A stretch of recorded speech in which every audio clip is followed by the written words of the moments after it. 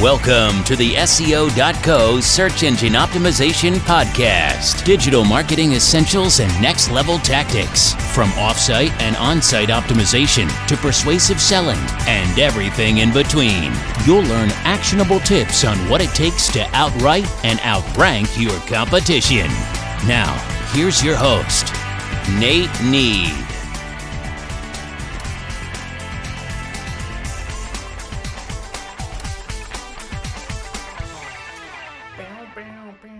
Welcome to another episode of the SEO.co Search Engine Optimization Podcast. Hope everyone is doing well. Today we're going to be discussing a little bit more, about PBNs, and PBN is an acronym for Private Blog Network. And a private blog network is nothing more than really a manipulation scheme to drive up to drive up search results using link building among sites within a private blog network. A private blog network is really a search engine optimization tactic that is not gray hat, it's not white hat, it's very much black hat. And indeed, Google has cracked down on them pretty aggressively, starting really back in 2014. They massively cracked down on sites that had thin content, but also content was really geared toward manipulating the search engine results. So one thing that's interesting about private blog networks is they are really easier to spot than one might think. And even if you're doing it in a good, even if you think that you're building a private blog network that is undetectable, at some point it leaves a bit of a footprint that can be seen from Google. And what I'll need to do is link to some resources in the show notes to kind of show this. But in any event, even if you're doing it right, that is, you've got all your domains on separate IP addresses through some SEO hosting, and you're not internally linking among them, there is a footprint that occurs through a private blog network. And as a result, you run the greater risk of having the private blog network not only get shut down, but getting the sites that are linked to from the private blog network get penalized either by a manual action or simply the algorithm gets smart enough that figures it out, and you get an algorithmic penalty on, say, the next Google update or even before.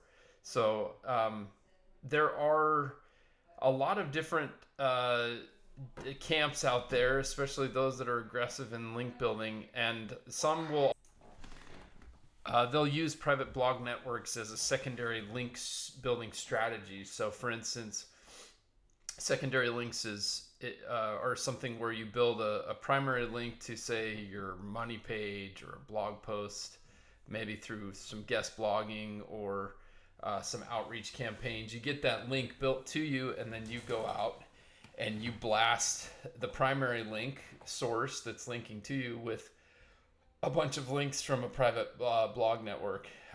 This is a terrible tactic, super disingenuous to whoever you're linking to, and may not directly affect you, but eventually it can come back to bite you. But it does directly affect the sites that you're linking to. So if you've got a very legitimate B2B or B2C site that's linking to you, and you build some secondary links through a PBN to that particular link, it eventually can and likely will hurt them. So that is one strategy that I've seen used, but at the same time, it does still work in certain occasions, and it until a PBN gets shut down, it is a way to drive more traffic and greater ROI. And so depending on which camp you're in, now we steer clear of the PBN camp, but if you're in the industry and you like to play live life dangerously, then that's an area that you can certainly play in, but it's not something that we ever would recommend our clients to do. And one thing that's interesting about PBNs is typically they're built with aged, expired domain names. And we have another post on here that I will also link to in the show notes regarding acquiring domains, really for your own benefit, not for the purposes of PBN, but using expired domains that have existing inbound links to them to actually build up your own authority, or just using them as a newly branded website. But a lot of these PBNs, there's some big ones back in 2013 that were established, kind of these places where you could go and build a lot of really thin content and link back using anchor text over and over again to specific landing pages. And in doing that, what the private blog networks were doing and still do to this day is they'll buy up a domain name that has a higher authority based on its existing backlink profile, build that backlink profile out further, build up a kind of a mini site, and then continue to build content on that site. And what Google has done is they have gotten better about gauging when the site's whois information has been updated. And so it's becoming harder and harder to use aged authority on sites that are kind of transferred, but it still does work. And so there are instances where that can work as well. I'm going to link to our article on private blog networks in the show notes, so you can have a little bit more detail here. But we'd love to hear your thoughts, feedback on private blog networks. Have you used them? What has been your experience? I think anyone that's been in the industry has gotten their hands dirty in them. If you've been around long enough, I've delved into it myself, but never did it on client sites. Mostly just did it on test random domains back in the day, and it worked really well back then. And I'm sure it does work still today. And I know that there are people I've seen people touting that you should be using it as a strategy and tactic. But as far as evergreen and white hat, we steer clear from it 100%.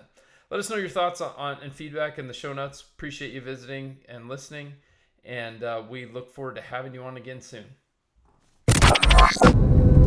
Thank you for joining us on the SEO.co podcast. We appreciate your time. Be sure to rate, review, and subscribe to the show, and visit SEO.co for more resources based on today's topic, as well as access to more podcast episodes to help you improve your site's long-term SEO success.